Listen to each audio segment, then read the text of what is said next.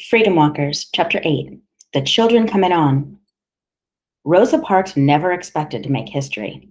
I had no idea when I refused to give up my seat on that Montgomery bus that my small action would help put an end to enforced segregation in the South, she wrote many years later. In fact, no one realized it at the time.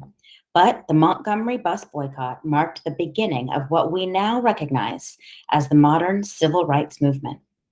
Thousands of Blacks once again rode the buses daily, though not without opposition. The White Citizens Council had predicted violence, and sure enough, the violence erupted before Christmas. Early on the morning of December 23rd, 2 days after the boycott ended, a shotgun blast was fired into King's home, scaring everyone but causing no injuries.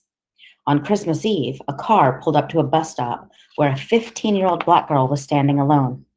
4 or 5 men jumped out, beat her, and drove away. Then shotgun snipers began to fire into integrated buses, sending a pregnant Black woman to a hospital with bullet wounds in both legs. In response, the city commissioners suspended all bus service after 5 p.m., which meant that people who worked from 9 to 5 couldn't ride the buses home. In January, bombs were set off at 4 Black churches in Montgomery and at the homes of 3 ministers, Ralph Abernathy, Robert Grates, and Martin Luther King. The Bell Street and Mount Olive Baptist churches were almost completely destroyed, and all 3 houses were severely damaged. Miraculously, no one was hurt. Lord, I hope no one will have to die as a result of our struggle for freedom in Montgomery, King told a mass meeting. Eventually, the sniper and bombing attacks ceased, and nighttime bus service was quietly restored. In a few weeks, transportation was back to normal, King wrote, and people of both races rode together wherever they pleased. The skies did not fall when integrated buses finally traveled the streets of Montgomery. As Montgomery adjusted to integrated buses, the success of the boycott proved an inspiration and a turning point. Across the South, civil rights activists, Black and white, employed the power of nonviolent protests to challenge segregation on city buses, on interstate buses and trains, and at public facilities of many kinds. College students staged a sit-in demonstration at segregated lunch counters. Young Black and white freedom riders rode buses through the South, testing a Supreme Court decision that ordered integrated facilities for all interstate passengers. Angry segregationists determined to stop race mixing fought back. Protest march were suppressed by police using snarling German shepherds, bullwhips, and powerful fire hoses. Blasted by 200 pounds of water pressure, peaceful marches were thrown to the pavement, swept along, and slammed against storefronts. Demonstrators were attacked by mobs, beaten, and, in several instances, killed. King himself, continuing his message of nonviolence, was arrested and jailed a number of times. While autographing books at a New York City department store, he was stabbed in the chest by a deranged woman who shouted, "I've been after him for 6 years. I'm glad I've done it." 2 violent incidences in particular horrified the world and stand today as grisly landmarks of the civil rights movement. In Birmingham, Alabama, a powerful bomb exploded at the 16th Street Baptist Church on September 15, 1963, killing 4 girls who were attending a Sunday school class. Years later, 3 Ku Klux Klan members were convicted of the bombing and sent to prison. In Mississippi, 3 young civil rights workers, 2 white, 1 Black, who were helping Blacks register to vote, disappeared near the town of Philadelphia on Sunday, June 21, 1964. After a lengthy search, their bodies were found buried under 15 feet of earth on a nearby farm. They had been beaten to death by a mob of Klansmen. 41 years later, in 2005, one of the Klan members accused of the murders, Edgar Ray Killen, was convicted of manslaughter by a local jury of Blacks and whites. During these years of protest and resistance, the civil rights movement was growing in numbers and influence, spreading to all sections of society and attracting many young people of high school and college age. In August 1963, more than 200,000 peaceful demonstrators from all over the country attended the Civil Rights March on Washington, D.C., where Martin Luther King, By then, the nation's best-known civil rights leader delivered his famous I Have a Dream speech from the steps of the Lincoln Memorial. "It is a dream," he said, "deeply rooted in the American dream, that one day this nation will rise up and live out the true meaning of its creed. We hold these truths to be self-evident, that all men are created equal." Continuing bloodshed and violence, meanwhile, outraged people of goodwill and resulted in mounting pressure to pass meaningful civil rights legislation. In 1963, President John F. Kennedy asked Congress to pass a federal law that would end legal segregation.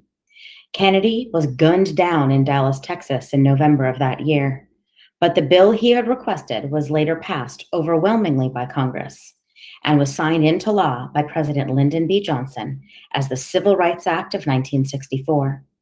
This landmark legislation helped transform American society. It outlawed discrimination in public facilities, such as restaurants, theaters, and hotels, in government and in employment. It encouraged the desegregation of public schools, and it abolished the Jim Crow segregation laws in the South. The Civil Rights Act did not guarantee the right to vote, however. That was accomplished by the Voting Rights Act, passed by Congress and signed by President Johnson in 1965, abolishing poll taxes, literacy tests, and other barriers to equal opportunity at the ballot box. Rosa Parks, Martin Luther King Jr., and other civil rights leaders watched as President Johnson signed the act into law in the President's Room off the Capitol Rotunda, the same room where President Abraham Lincoln had signed the Emancipation Proclamation 104 years earlier. The Voting Rights Act has been called the highest achievement of the civil rights movement. In 1964, there were only 300 Black public officials nationwide. In 2005, there were more than 5,000, including 43 members of Congress. In 1975, the Voting Rights Act was expanded to include language minorities, resulting in nearly 6,000 elected Hispanic officials in 2005, including 27 in Congress. The battle for racial equality has been going on ever since the nation's founding. It had been fought by means of lawsuits in the courts and through political pressure in Congress and in state legislatures. And it was fought in the streets by courageous citizens who found that they could gain their rights by banding together and peacefully resisting an unjust system.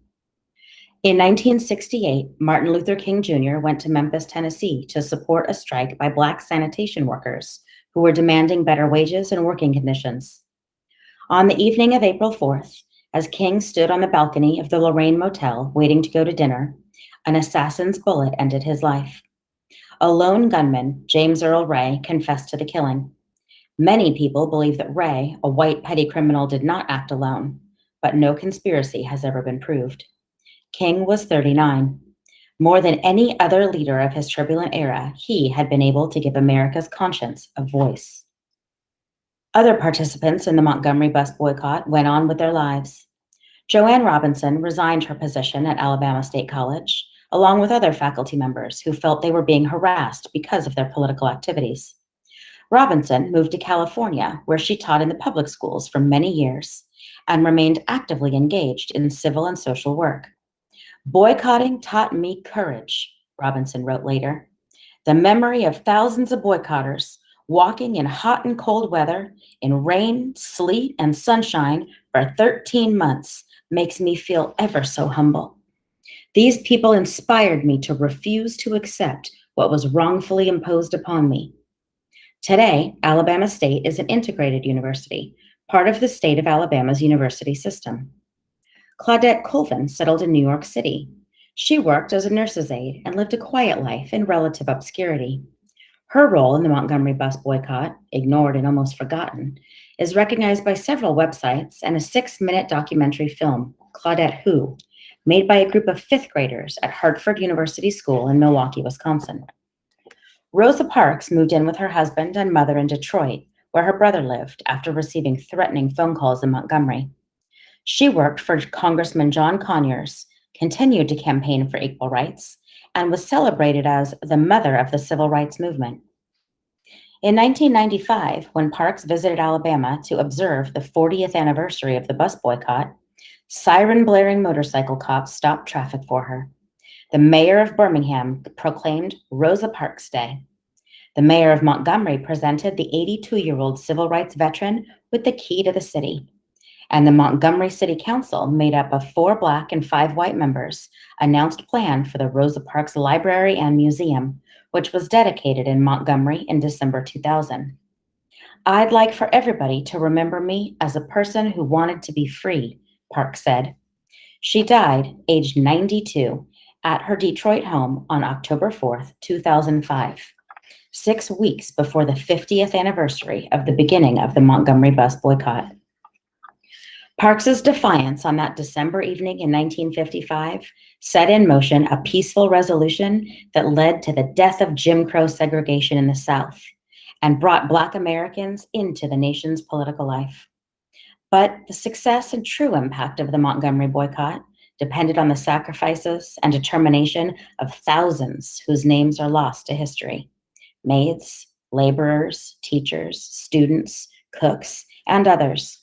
Ordinary people who rose above the safe routines of their daily lives to become actors in a historical drama that changed a nation. E.D. Nixon remained a lifelong railroad man and a spirited civic leader in Montgomery. "The Montgomery boycott was a big thing in a whole lot of people's lives," he remembered.